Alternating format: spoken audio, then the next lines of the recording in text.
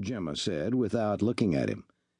"I will have the dog sicked on you, and if you live, I'll have you thrown into the swamp for the alligators to feed on.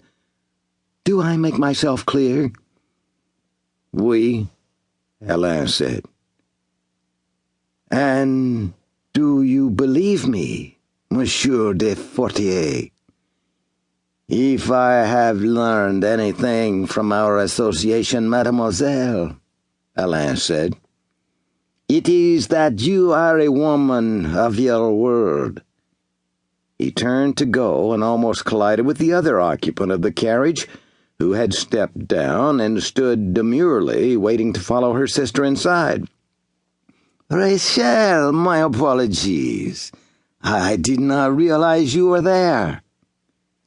"That is quite all right, monsieur," Rachel said. "I am quite accustomed to not being noticed." Her hair was black, not golden like Gemma's. Her face plainer. Her dress did not cost half as much.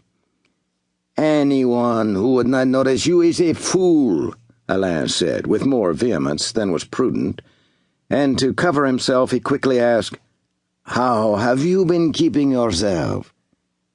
"I am fine, thank you," Rachel said softly. "I keep busy, what with Gemma dragging me off to every function under the sun," she glanced skyward, "and the moon too, at times." Alain laughed and almost reached for her hand. "You always bring a smile to my lips. Have you finished that novel you were so interested in when last I saw you?" "Barnaby Rudge, yes. The writer, Mr. Dickens, shows great promise." Rachel's eyes lit with a fire completely different from her sister's.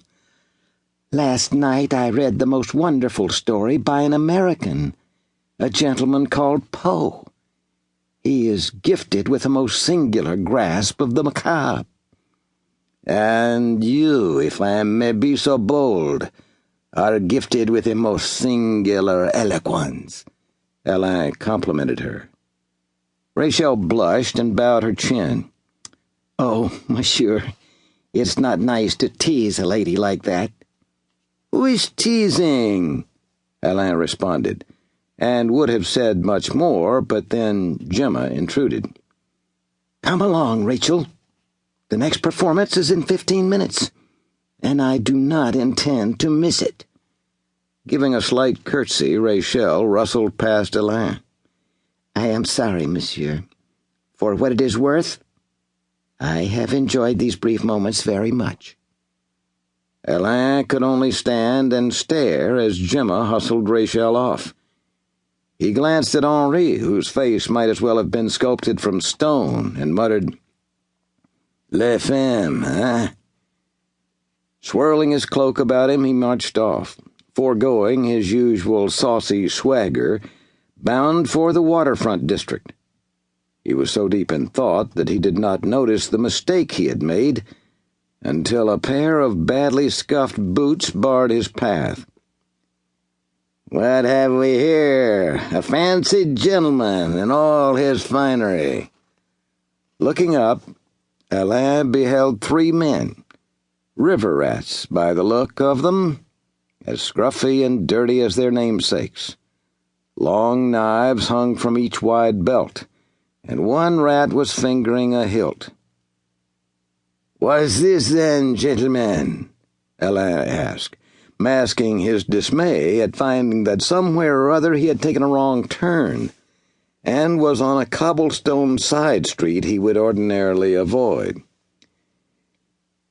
"I hear tell gentlemen like yourself have good manners," said a barrel-chested knave with a bushy beard and dark piglet eyes. "So how about you prove it, and give us some drink and money?" "Ye must be jesting," Alain said. Under his cloak his hand found the hilt of his sword. "Do you see me laughing, mister?" the man said, and held out a calloused hand. "Hand over your poke, and you can be on your way." "Subtle, aren't we?" Alain said.